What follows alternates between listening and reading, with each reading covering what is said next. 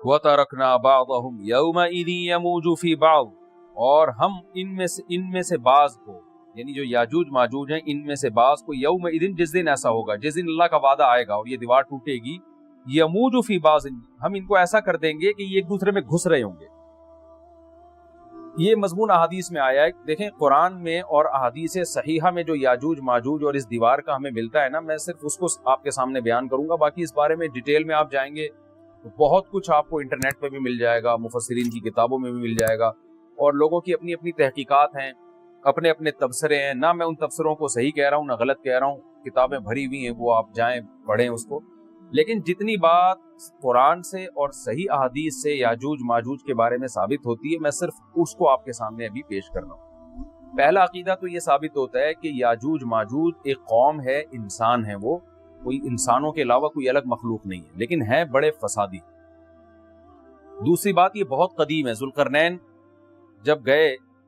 تو اس سے پہلے کی یہ قوم ہے، اور زمین میں پہلے سے فساد مچا رہی ہے، لیکن بہت زیادہ ان کی کثرت نہیں تھی جتنی کثرت قرب قیامت میں ہوگی، کہ نسل ان کی بہت تیزی کے ساتھ بڑھ رہی ہے۔ تیسری بات یہ ہے کہ اللہ نے ان کو دنیا کے کسی حصے میں رکھ کے چھپا دیا ہے۔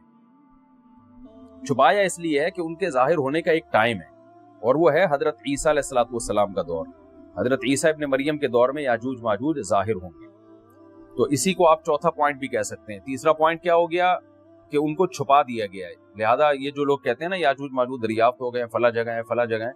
تو بھائی ہمیں جب ایک چیز چھپا دی گئی ہے اور ایک ٹائم بتا دیا گیا ہے کہ اس ٹائم پہ ظاہر ہوں گے، تو اس سے پہلے وہ دریافت ہو ہی نہیں سکتے۔ پہلے دریافت ہو گئے تو اس کا مطلب نبی صلی اللہ علیہ وسلم کی گویا پیش گوئی غلط ہوگی، تو جو جس کا ٹائم ہے اسی ٹائم پہ وہ ظاہر ہوں۔ چوتھی بات میں نے جیسے بتائی کہ حضرت عیسیٰ علیہ السلام کے دور میں وہ ظاہر ہوں گے۔ پانچویں بات، صحیح حدیث سے یہ بات ثابت ہے کہ یاجوج ماجوج وہ جو دیوار بنی تھی اس کو چاٹتے رہتے ہیں، ختم کرتے ہیں۔ اب چاٹنا کا جو لفظ حدیث میں ہے اس سے مراد زبان سے چاٹنا بھی ہو سکتا ہے، اور یہ کنایا بھی ہو سکتا ہے کہ اس کو ختم کرنے کی کوشش میں لگے ہوئے ہیں۔ اور ایسے چاٹنا، جب ہم کوئی چیز چاٹتے ہیں نا تو بہت تھوڑی تھوڑی وہ ختم ہوتی ہے، تو اتنی موٹی اتنی بڑی دیوار ہے کہ وہ انہوں نے اپنی اسٹرگل اور اپنی محنت نہیں چھوڑی ہے، تو وہ دیوار کو کسی نہ کسی طریقے سے گھسائی میں اس کے لگے رہتے ہیں۔ زبان سے بھی چاٹنا ہو سکتا ہے اور کسی اور طریقے سے اس کو ختم کرنے کی کوشش بھی مراد ہو سکتی ہے۔ اور حدیث میں آتا ہے کہ ایک دن آئے گا وہ جب ختم ہونے والی ہوتی ہے نا، تو وہ کہتے ہیں کہ ہم کل اس کو دوبارہ شروع کریں گے اور کل ہم اس کو ختم کر دیں گے، لیکن وہ اللہ تعالیٰ اپنی قدرت سے دوبارہ اس دیوار کو اتنا ہی موٹا کر دیتے ہیں جتنا ذوالقرنین نے کیا۔ قرب قیامت میں جب حضرت عیسیٰ علیہ السلام کا ظہور ہوگا تو وہ یہ کہیں گے ہم انشاءاللہ اس کو کل ختم کریں گے۔ تو انشاءاللہ کا لفظ جب استعمال کریں گے، کیونکہ وہ قوم ہے کافر، وہ اللہ پہ اعتماد کرنا، اللہ پہ توکل کرنا یہ چیز نہیں، جیسے کافر تو نہیں کہے گا نا اللہ نے چاہا تو وہ اللہ پہ یقین نہیں رکھتے، تو وہ جب اللہ کا نام لیں گے اور کہیں گے کہ اللہ نے چاہا تو ہم اس کو کل ختم کر دیں گے، تو پھر اسلام کی وجہ سے وہ دیوار ختم ہو گئی۔ اس کی مثال ایسے جیسے حدیث میں آتا ہے پچھلی قوموں میں ایک نوجوان تھا جو جادوگر کے پاس بھی جاتا تھا اور راہب کے پاس بھی جاتا تھا، جس کا سورہ بروج میں تذکرہ ہے، والسماء ذات البروج میں۔ تو جب وہ نوجوان پکڑا گیا، وہ مسلمان ہو گیا تھا، بادشاہ نے اس کو بھیجا تھا جادوگر کے پاس کہ جادو سیکھے، لیکن وہ راہب کے پاس جاتا، عیسائیت سیکھی اس نے اور نیک مسلمان بن گیا۔ تو بادشاہ نے اس کو قتل کرنے کی حتی الامکان کوشش کی، مگر وہ قتل نہیں ہو پا رہا تھا۔ بادشاہ نے اس کو پہاڑ پہ بھیجا اپنے سپاہیوں کو لے کے کہ پہاڑ پہ لے جا کے اس کو گرا دو، لیکن اللہ نے مدد کی کہ وہ سپاہی گر گئے، یہ بچ گیا۔ بادشاہ نے حکم دیا اس کو سمندر میں لے جا کے غرق کر دو، وہ سارے سپاہی غرق ہو گئے، یہ بچ گیا۔ تو کسی بھی طرح سے اس کی قتل کی کوششیں کامیاب نہیں ہو رہی تھی، تو اس نے بادشاہ سے کہا کہ تو اگر مجھے قتل کرنا چاہتا ہے نا تو چوک پہ کھڑا کر کے تیر مجھے مار اور کہے کہ بسم اللہ وربی ھذا الغلام، اس نوجوان کے رب کے نام سے میں اس کو قتل کرتا ہوں، تو اللہ کا نام لے کے مجھے مارے گا تو میں قتل ہو جاؤں۔ نوجوان یہ قربانی اس لیے دے رہا تھا کہ بادشاہ جب پوری پبلک کے سامنے اللہ کا نام لے گا تو لوگوں کو یقین آ جائے گا کہ بھئی اللہ کا نام لینے سے تو کام ہو گیا، اور اللہ کا نام لیے بغیر کام نہیں ہو رہا۔ تو جو بادشاہ اللہ کو مانتا نہیں تھا آج اس کو بھی اللہ کا نام لینا پڑا ہے۔ تو نوجوان نے یہ قربانی اس لیے دی کہ بادشاہ جب اللہ کا نام لے گا لوگوں کو اللہ کی ذات پہ یقین آئے گا اور لوگ مسلمان ہو جائیں گے، عیسائیت کو قبول کر لیں گے۔ تو اس نوجوان نے یہ قربانی دی اور بادشاہ نے اللہ کا نام لے کے جب تیر مارا تو وہ نوجوان شہید ہو گیا، اور لیکن پورا ملک مسلمان ہو گیا، عیسائیت قبول کر لی۔ اور سورہ بروج میں پھر اللہ نے ان کا تبصرہ کیا، ان کا واقعہ بیان کیا ان کے بارے میں کہ کیسے بادشاہ نے خندق کھود کے پوری قوم کو جو ہے وہ جو دین سے پیچھے نہیں ہٹے ان کو کس طرح سے آگ میں پھینک دیا۔ تو اس سے پتہ چلتا ہے کہ کافر بھی بعض دفعہ جب اللہ کا نام لیتا ہے نا تو اس کو دنیاوی فائدہ ہو جاتا ہے۔ تو یاجوج ماجوج بھی تنگ آ کر پھر اللہ کا نام لیں گے اور کہیں گے اللہ نے چاہا تو ہم اس دیوار کو کل ختم کر دیں گے، اور بالآخر وہ دیوار ختم ہو جائے گی۔ پھر قرآن کے الفاظ ہیں آگے، جب یہ دیوار ختم ہوگی وَتَرَكْنَا بَعْضَهُمْ يَوْمَئِذٍ۔ اچھا ہاں، میں بتا رہا تھا کہ حدیث سے کیا پوائنٹ پتہ چلتا ہے، یہ 5 پوائنٹ ہو گئے۔ چھٹا پوائنٹ یہ کہ حضرت عیسیٰ ہی کے دور میں یہ کسی وبا کے ذریعے ہلاک ہو جائیں گے۔ حضرت عیسیٰ علیہ السلام اتنے زیادہ ہوں گے کہ ان سے لڑنا ممکن نہیں ہے، جیسے کہ قرآن میں بھی آ رہا ہے وَتَرَكْنَا بَعْضَهُمْ يَوْمَئِذٍ يَمُوجُ فِي بَعْضٍ۔ ہم ان میں سے بعض کو بعض کے اندر گھسا دیں گے، کثرت سے ایک دوسرے میں ہی نہیں، اب آبادی کی کثرت بہت ہوگی، گھسے ہوئے ہوں گے ایک دوسرے میں، جیسے چیونٹی اور مکوڑے ہوتے ہیں، تو ان سے لڑنا ممکن نہیں ہوگا۔ تو حضرت عیسیٰ علیہ السلام لوگوں کو لے کے کوہ طور پہ چلے جائیں گے اور باقی مسلمان وہ اپنے اپنے گھروں کے اندر بند ہو جائیں گے، اور پھر اللہ کی طرف سے ایک وبا آئے گی اور اس وبا میں یہ سارے کے سارے ہلاک ہو جائیں گے، اور پھر جب ہلاک ہو جائیں گے تو اتنی زیادہ ان کی لاشیں زمین پہ ہوں گی، اتنی زیادہ کہ انسانی آبادی ان کی لاشوں سے متعفن ہونا اور بیمار ہونا شروع ہو جائے گی، ان کی لاشوں سے بدبو اٹھے گی، اور ظاہر ہے انسان ہوں گے یہ، تو اس کی وجہ سے جو زمین کا ماحول خراب ہوگا۔ پھر حضرت عیسیٰ علیہ السلام اللہ سے دعا مانگیں گے کہ اللہ تعالیٰ ان کو کسی طرح ٹھکانے لگائے، کوئی انتظام کرے۔ پھر حدیث میں آتا ہے بارشیں ہوں گی اور سیلاب آئیں گے، اور ان کی لاشیں بہہ بہہ کے پانیوں میں جا کے سمندروں میں جا کے ختم ہو جائیں گی، اللہ تعالیٰ ان کو اس طرح سے ٹھکانے لگائے۔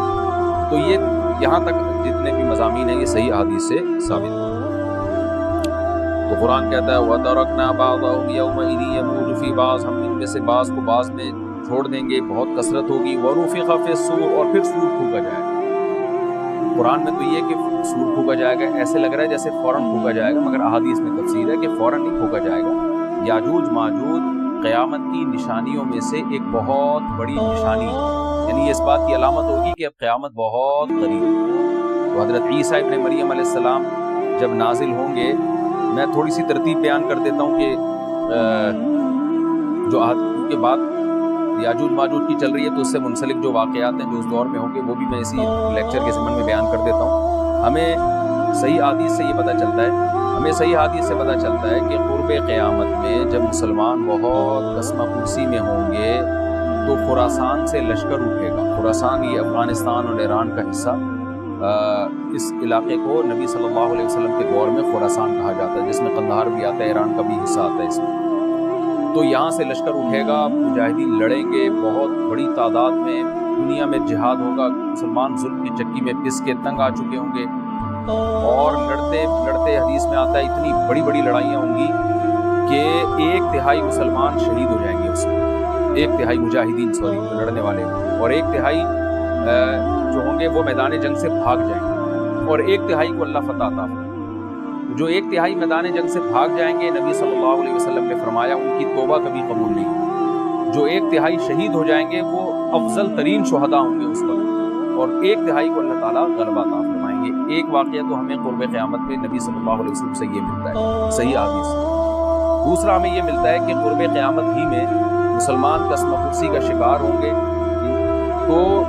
تلاش کریں گے حضرت مہدی کو، کہ حضرت مہدی وہ شخصیت ہیں جن پہ تمام نیک لوگ جمع ہو جائیں گے اور وہ مسلمانوں کی میدان جنگ میں کمانڈ کریں گے، جہاد میں کمانڈ کریں گے۔ تو ان کو بیت اللہ میں تلاش کیا جائے گا، وہ رسول اللہ صلی اللہ علیہ وسلم کی اولاد میں ہوں گے، اور لوگ ان کو پہچان لیں گے، اہل اللہ پہچان کر ان کو اپنا امیر بنائیں گے، اور ان کی قیادت میں لڑائی اور جہاد شروع ہوگا۔ اور یہ لڑائی جب دمشق میں لڑائی ہو رہی ہوگی تو دمشق میں عصر کی نماز کے وقت حضرت مہدی، میں نے جو یہ کہا کہ دمشق میں لڑائی ہو رہی ہوگی، مقصد یہ نہیں ہے کہ دمشق کوئی میدان جنگ بنا ہوا ہوگا، مقصد یہ ہے کہ وہ مجاہدین کا لشکر دمشق میں ہوگا عصر کی نماز کے وقت، لڑائی چاہے کسی اور میدان میں ہو رہی ہے، لیکن حدیث میں ہمیں دمشق کا تذکرہ ملتا ہے۔ تو دمشق میں حضرت شام کا تذکرہ ملتا ہے، اور جو قرائن ہمیں ملتے ہیں وہ دمشق کی ایک خاص مسجد ہے، وہ مسجد حضرت مفتی تقی عثمانی صاحب اور مفتی رفیع عثمانی صاحب نے اس کو ہائی لائٹ بھی کیا، لیکن وہ یقینی نہیں ہے، وہ خوب سمجھے، انہوں نے اس کا بھی تبصرہ کیا کہ اس کے بارے میں کوئی یقین نہیں ہے۔ تو حضرت مہدی عصر کی نماز پڑھا رہے ہوں گے، لوگ امامت میں آپ کے پیچھے کھڑے ہوں گے، یہاں تک کہ مسجد کے مینار پر، آج بھی وہ مینار موجود ہے جس کے بارے میں غالب گمان ہے کہ یہ وہ مینار ہے جہاں حضرت عیسیٰ علیہ السلام نازل ہوئے، غالب گمان کے درجے میں کہا جا سکتا ہے، ورنہ پھر اسی کے اڑوس پڑوس میں کوئی مسجد ہوگی۔ میرا اگر شام جانا ہوا تو انشاءاللہ میں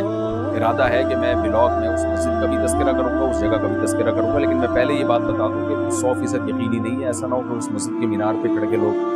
جو ہے وہ اس کے کوئی مینار کو ہی چاٹنا شروع کر دیں تبرک کے طور پہ۔ تو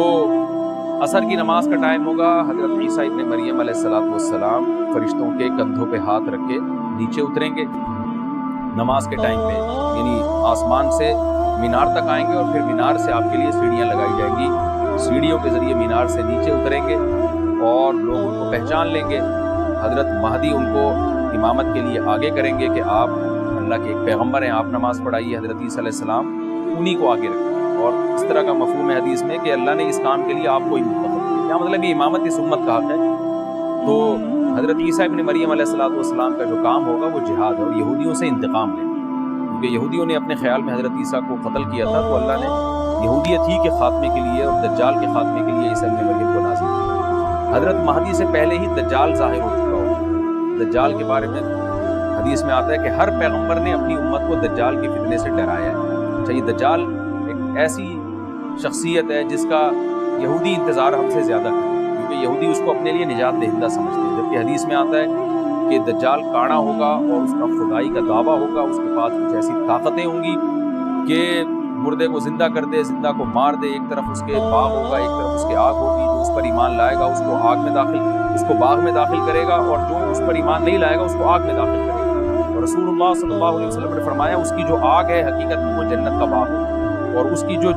اس کا جو باغ ہے حقیقت میں وہ جہنم کی آگ ہے۔ تو جو نبی کی باتوں پہ یقین کرتے ہیں وہ دجال کی فتنے سے محفوظ رہیں گے، اور حدیث میں سورہ کہف کی بھی تلاوت کا حکم ہے، جمعے کے دن جو کہف کی تلاوت کرتا ہے اللہ اس کو دجال کی فتنے سے محفوظ رکھتا ہے۔ اب آپ دیکھیں یہ سورہ کہف میں ہی قیامت کی علامات کا تذکرہ ہے نا، تو شاید اسی وجہ سے کیونکہ جو سورہ کہف پڑھتا رہے گا وہ یاجوج ماجوج کے واقعات بھی پڑھتا رہے گا اور اللہ کی قدرت کے واقعات بھی پڑھتا رہے گا، تو دجال کی فتنے سے اللہ اس کو اس برکت سے بچا کے رکھے گا، فتنے سے محفوظ رکھے گا۔ تو وہ ایسی طاقتیں دکھائے گا، بے وقوف لوگ اس پہ ایمان لے آئیں گے۔ حدیث میں آتا ہے کہ کانا کبھی بھی خدا نہیں ہو سکتا، یعنی اس کی تو ایک آنکھ ہوگی نہیں، لیکن بے وقوف لوگ اس کے یہ کچھ ظاہری کمالات دیکھیں گے، یہ نہیں دیکھیں گے کہ یہ تو شکل بھی اس کی اچھی نہیں ہے، یعنی خدا کا بس کم جمال والا ہوتا ہے نا، یہ تو ہے بھی کانا، اور اس کے بڑا بڑا کافر بھی لکھا ہوا ہوگا واضح طور پر، جس سے پتہ چلے گا۔ لیکن احمق اور بیوقوف لوگ جیسے روحانی عامل کو کچھ شعبدے دیکھ کر ان پہ سے متاثر ہو جاتے ہیں نا، روحانی عاملوں کے شعبدے دیکھ کے، تو ایسے ہی دجال کے شعبدے دیکھ کے متاثر ہوتے۔ تو بہت لوگوں کو، خلقت کو، بہت بڑی امت کو گمراہ کرے گا دجال، اہل اللہ کو اللہ تعالیٰ اس کے فتنے سے محفوظ رکھے گا۔ پھر حضرت عیسیٰ ابن مریم جب نازل ہوں گے تو وہ دجال کو قتل کریں گے۔ حدیث میں آتا ہے کہ نیزے کے ذریعے گھوڑے پہ بیٹھ کے قتل کریں گے۔ علماء نے اس حدیث کا دو مطلب بیان کیے ہیں کہ یا تو اس کا مطلب یہی ہے کہ واقعی گھوڑے پہ بیٹھیں گے، نیزہ استعمال کریں گے، اور زمین جو ہے وہ اتنی پہلے اس سے جنگیں ہو چکی ہوں گی کہ لوگ دوبارہ تلواروں گھوڑوں کی طرف آ جائیں گے۔ اس بات کا امکان ہے، ہر ملک ایٹمی طاقت بن چکا ہے، تو اگر یہ ایٹم بم سارے ملک آپس میں چلا دیں تو ہم دوبارہ گدے گھوڑوں والی زندگی پر آ جائیں گے، ٹیکنالوجی ساری تباہ برباد ہو جائے گی، انسان کی ترقی۔ تو اس بات کا بھی امکان ہے کہ اس سے پہلے ہو سکتا ہے کوئی ایسی جنگ عظیم ہو کہ انسانیت دوبارہ پہاڑوں پتھروں کی دور میں آ جائے، لیکن ظاہر یہ معلوم ہوتا ہے کہ رسول اللہ صلی اللہ علیہ وسلم نے جو کلام کیا ہے، ظاہر ہے اس دور کے لحاظ سے جو لوگوں کے، جہاں تک جو لوگوں کی مینٹل اپروچ ہے وہاں تک، تو نبی صلی اللہ علیہ وسلم میزائل یا اور ٹینکوں کا تذکرہ کرتے ہیں تو کیا سمجھ میں آتا ہے؟ گھوڑے سے مراد ہے جو اس زمانے کا گھوڑا ہوگا، اور نیزے سے مراد ہے اس زمانے کا جو اسلحہ ہوگا، کیونکہ نیزہ نبی کے دور کا ایک مناسب اسلحہ تھا اور گھوڑا نبی کے دور کی میدان جنگ کی ایک مناسب سواری تھی۔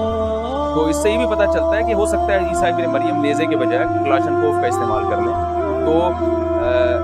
یعنی وہ نیزہ جو ہے وہ اس کلاشنکوف کی یا جو بھی اسلحہ اس وقت حضرت عیسیٰ ابن مریم استعمال کریں گے اس کی ایک تعبیر ہے، اس کا بھی پورا امکان ہے۔ تو ہمیں بہرحال اتنا ایمان ہمارے لیے ضروری ہے کہ دجال کو قتل کرنے والی جو ذات ہے، جو شخصیت ہے، وہ عیسیٰ ابن مریم علیہ السلام، تو حضرت عیسیٰ کے ذریعے اللہ تعالیٰ دجال کو قتل کریں گے، اور حضرت عیسیٰ کی قیادت میں زبردست جہاد ہوگا۔ حدیث میں آتا ہے کہ عیسیٰ ابن مریم اس دنیا کو امن سے بھر دے گا، اتنا امن ہو جائے گا، اتنی مالی فراوانی ہوگی، اتنی مالی، کیونکہ دنیا میں مال بہت ہے، ڈسٹریبیوشن صحیح نہیں ہے، جو تقسیم ہے نا مال کی وہ ظالمانہ ہے، جس کی وجہ سے غریب غریب سے غریب تر ہے، امیر امیر سے امیر تر ہے۔ حضرت عیسیٰ ابن مریم ایسا نظام قائم کریں گے کہ جس سے مال کی صحیح تقسیم، اور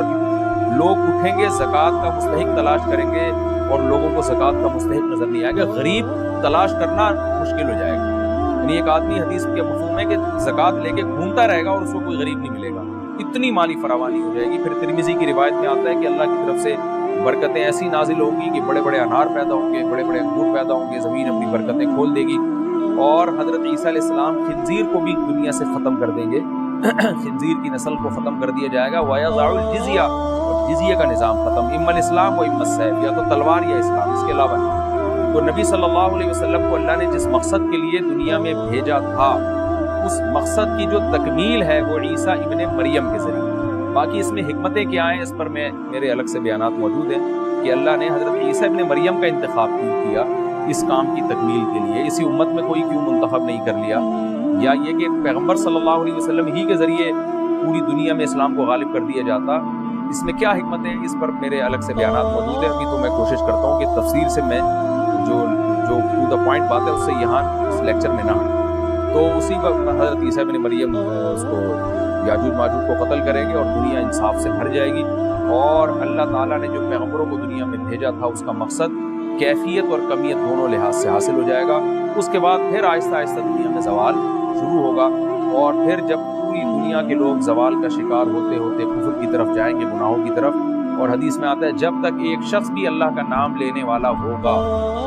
اس دنیا پر قیامت نہیں ہے، یہاں تک کہ آخری شخص دنیا سے اٹھے گا جو اللہ کا نام لیا کرتا تھا۔ اس کے بعد اللہ تعالیٰ سور پھونکیں گے اور جبریل کو حکم دیں گے سور پھونکنے کا، اور اس دنیا کو تباہ و برباد کر دیا جائے گا۔ تو آگے قرآن کہتا ہے وَنُفِخَ فِي الصُّورِ، اور پھر سور میں پھونکا جائے گا، فَجَمَعْنَاهُمْ جَمْعًا، پھر ہم تمام انسانوں کو جمع کر دیں گے، وَعَرَضْنَا جَهَنَّمَ يَوْمَئِذٍ لِّلْكَافِرِينَ عَرْضًا، اور قیامت کے دن ہم جہنم کو یومئذ، جس دن ایسا ہوگا یعنی جس دن سور پھونکا جائے گا، یہ دوسرا سور مراد ہے، للکافرین عرضا، کافروں کے سامنے پیش کر دیں گے، الذین کانت اعینہم فی غطاء عن ذکری، یہ وہ لوگ ہیں جن کی آنکھیں میری یاد سے پردے میں پڑی ہوئی، یعنی میری یاد کی چیزیں ان کو نظر ہی نہیں آتی تھی، غفلت میں پڑی ہوئی تھی جن کی آنکھیں، وکانوا لا یستطیعون السمع، اور یہ سننے کی صلاحیت بھی نہیں رکھتے، نہ حق بات سنتے تھے نہ حق دیکھتے، بس اپنے خواہشات کی جو چیزیں ہیں وہ ان کو اچھی لگتی تھیں اور وہی ان کو سمجھ میں آتی۔ تو یہ ہمارا رکوع الحمدللہ کمپلیٹ ہو گیا۔ اس رکوع میں ہمیں بہت سارے اسباق ملتے ہیں، میں نمبر وار اس کو مختصراً بیان کر دیتا ہوں۔ پہلی بات تو یہ کہ دیکھیں اللہ تعالیٰ نے کیسے کیسے بادشاہ دنیا میں بھیجے اور کتنے پاورفل بادشاہ، حضرت ذوالقرنین کا نام ہی قرن والا، دو کناروں والا، زمین کے بہت بڑے حصے کو حضرت ذوالقرنین نے فتح کیا، اور اللہ کے نیک بندے کیسے اللہ کے راستے میں لڑتے رہے۔ یہ جو لوگ بیٹھ جاتے ہیں نا بس عبادت کرو اور لڑائی وڑائی اسلام میں ہے ہی نہیں، یہ دنیا میں کوئی بھی عقل مند اس نظریے کا حامی نہیں، تو طاقت اور قوت کی اسلام میں بہت زیادہ اہمیت ہے۔ اس سے ہمیں یہ بھی پتہ چلتا ہے کہ اپنے ملک کی، خاص طور پر اسلامی ملک کی جو فوجی قوتیں ہیں، جو فوجی طاقتیں ہیں، ان کی ہمیں قدر کرنی چاہیے، کیونکہ اگر کوئی بھی ملک عسکری لحاظ سے کمزور ہو جائے، کیونکہ اللہ تعالیٰ تو جو عسکری لحاظ سے طاقتور قومیں تھیں اللہ نے ان کا کتنا تذکرہ کیا، ہاں وہ اللہ کے باغی نہ ہو۔ اسلامی ملک میں کوئی بھی اسلامی کنٹری ہے، چاہے سعودی عرب ہے، چاہے پاکستان ہے، چاہے ترکی ہے، کوئی بھی اسلامی کنٹری ہے، اس کی فوج کی قدر کرنی چاہیے، کیونکہ اسی کی وجہ سے ملک کا بارڈر محفوظ ہوتا ہے۔ اگر مسلمان عسکری لحاظ سے کمزور ہونا شروع ہو جائیں تو کافر ہمیں گاجر مولی کی طرح کاٹنا شروع کرتے ہیں، اسلام دشمن قوتیں ہمیں کھا جائیں، ختم کر دیں ہمیں کھا جائیں۔ تو نیک قوتوں کو اپنی بقا کے لیے ہمیشہ سے ایک اسلحے کی اور طاقت کی ضرورت رہتی ہے، اس کی اہمیت اسلام میں بہت زیادہ ہے۔ موسیٰ علیہ السلام کے بعد کتنے بڑے بڑے جنگی کمانڈر پیدا ہوئے، ذوالقرنین کا اللہ نے کیسا تذکرہ کیا، ذوالقرنین کی عبادت کا کہیں بھی تذکرہ نہیں، حالانکہ وہ بڑے عبادت گزار بھی تھے۔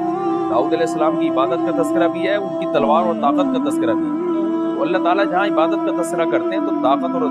قوت کا بھی تذکرہ کرتے ہیں، اس سے عسکری لحاظ سے اپنے آپ کو مضبوط کرنے کی اہمیت کا ہمیں پتہ چلتا ہے کہ اسلام میں اس کی بڑی اہمیت ہے۔ کسی بھی اسلامی ملک کی فوج کا مورال کسی بھی لحاظ سے ڈاؤن نہیں ہونا چاہیے، اور عسکری لحاظ سے وہ کسی بھی لحاظ سے کمزور نہیں ہونی چاہیے، اور اس کو چاہیے کہ اعیدوا لہم مستطعتم من قوہ پر عمل کرے. قرآن کہہ رہا ہے روز بروز اپنی طاقت اور قوت میں اضافہ کرنے کی کوشش کرو. اس سے مسلم قوم کو کبھی بھی غافل نہیں ہونا چاہیے. کوئی بھی ایسا کام جس سے مسلمان قوتیں اور طاقتیں کمزور ہونا شروع ہو جائیں، اس کام سے ہمیں بچنا چاہیے. دوسری بات ہمیں یہ پتہ چلی کہ اللہ تعالیٰ نے اہل اسلام کے ذمے پوری دنیا کی ذمہ داری لگائی ہے، کسی ایک ملک کی نہیں. جتنے بھی پیغمبر آئے ہیں جب وہ دنیا فتح کرنا شروع کی ہے تو کہیں رکے نہیں ہیں وہ کہ یہاں تک، اس سے آگے نہیں جانا. ان کی صلاحیت ہی ختم ہو گئی ہو، وسائل ہی ختم ہو گئے ہوں تو الگ بات. پوری دنیا ہے جس میں اللہ کے دین کو غالب کرنا ہے. اور اس کا طریقہ کیا ہوگا؟ ظاہر ہے جو جس زمانے میں سوٹیبل طریقہ ہو وہ اختیار کیا جائے گا. تو حضرت ذوالقرنین پہلے انتہائی مشرق کی طرف گئے ہیں جہاں سورج نکلتا ہے، تو وہاں سے جہاں سے آبادی شروع ہو رہی ہے، اور ان کا خیال تھا کہ اب آگے آبادی نہیں ہے تو پھر جا کے اسٹاپ کیا. مغرب میں بھی ایسے ہی، شمال میں بھی ایسے ہی. تو ہمیں جب دیکھتے ہیں کہ جب صحابہ کرام نے دنیا فتح کرنا شروع کی ہے تو ہمیں مسلمان کمانڈروں میں بھی ایسے واقعات ملتے ہیں. وہ علاقے فتح کرتے کرتے سمندر کے کنارے پہنچے اور انہوں نے سمندر کو دیکھ کے کہا کہ تیرے آگے بھی آبادی ہوتی نا تو ہم اللہ کا کلمہ وہاں بھی بلند کرتے. یہ دور تھا مسلمانوں کا، اور یہ عیسیٰ ابن مریم دوبارہ پھر وہی کریں گے، پوری دنیا کو فتح کریں گے. تو حضرت ذوالقرنین کے اس واقعے سے پتہ چلتا ہے کہ پوری دنیا کی ذمہ داری اللہ نے ہمیشہ سے اہل اللہ پہ لگائی ہے، اور وہ پوری دنیا میں اللہ کے دین کو غالب کرنے کی کوشش میں ہمیشہ سے لگے رہے. تیسری بات ہمیں پتہ چلتی ہے کہ اسباب اور وسائل کی اہمیت. حضرت ذوالقرنین نے جب اتنا پہاڑوں کے بیچ میں اتنا یعنی لوہے کی پلیٹیں لگا کے تانبا پگھلا کے آہنی دیوار بنائی ہے تو خوش ہوئے ہیں. ہاذا رحمت من رب، میرے رب کی رحمت. تبھی تو اللہ کا شکر ادا کیا نا، خوشی پہ شکر ادا کیا جاتا ہے. تو اس سے یہ بھی پتہ چلتا ہے کہ سائنس اور ٹیکنالوجی، دیکھیں یہ کام ٹیکنالوجی کے بغیر ممکن نہیں. تبھی تو اس قوم نے کہا نا ذوالقرنین سے کہ ہم پیسے آپ کو دیں گے، لیکن ہمارے پاس وہ وسائل نہیں ہیں، وہ ٹیکنالوجی نہیں ہے ہمارے پاس. اور بظاہر ایسا لگتا ہے کہ ان کے پاس لوہا بھی تھا، تانبا بھی تھا، کیونکہ حضرت ذوالقرنین اب یہ تو نہیں ہے کہ زمین کے مشرق کی طرف دوبارہ لوہا جمع کرنے گئے ہوں، وہیں سے جو کچھ ہوگا نکالا ہوگا. تو وسائل اس قوم کے پاس تھے، ٹیکنالوجی نہیں تھی کہ اس لوہے کو اور اس تانبے کو پگھلا کے دونوں پہاڑوں کے بیچ میں پلیٹیں کیسے بنانی ہیں اور ان کو کیسے ان کے بیچ میں تانبا کر کے کہانی دیوار بنائی ہے. یہ ٹیکنالوجی ان کے پاس نہیں تھی. اس سے ہمیں ٹیکنالوجی کی ویلیو کا بھی پتہ چلتا ہے. آج مسلمان اس میں بھی بہت پیچھے چلے جا رہے ہیں اور اس کو مذہب سمجھنا شروع کر دیا ہے. یہ بات بھی غلط ہے. حضرت ذوالقرنین نے اتنی طاقت اور قوت کا استعمال کیا اور اتنے زبردست طریقے سے اس وقت جو بھی اس سوٹیبل ٹیکنالوجی تھی اس کا استعمال کر کے دو پہاڑوں کے بیچ کے راستے کو بند کر دیا اور اس پہ خوشی منائی ہے. حضرت ذوالقرنین نے یہ نہیں کہا کہ بھئی اس سے کچھ بھی نہیں ہوتا، اصل میں تو بس انسان کو چاہیے کہ وہ اللہ کیا کرے بیٹھ کے، اور یہ کیا اللہ سے بس مدد مانگو، اللہ ہی. یاجوج ماجوج کے بارے میں ان کو کہہ دیتے ذوالقرنین کہ تم سب رات کو تہجد میں اٹھ کے دعائیں مانگو، اللہ یاجوج ماجوج سے تمہیں بچا لے گا. نہ حضرت ذوالقرنین نے کہا دعائیں بھی مانگو، یقیناً حکم دیا ہوگا دعائیں مانگنے کا، لیکن ہم پورے اسباب اور وسائل استعمال کریں گے، لوہے کی پلیٹیں بنائیں گے، تانبے کو پگھلائیں گے، اوپر چڑھائیں گے اور اس طرح سے پوری مضبوط دیوار بنائیں گے.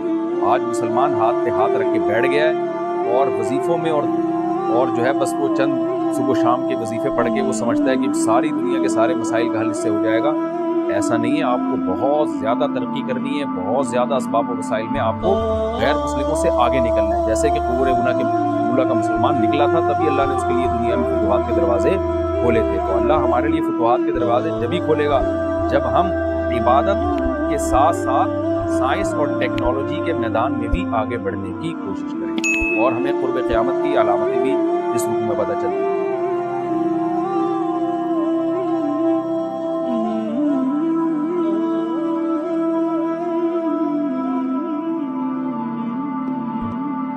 Oh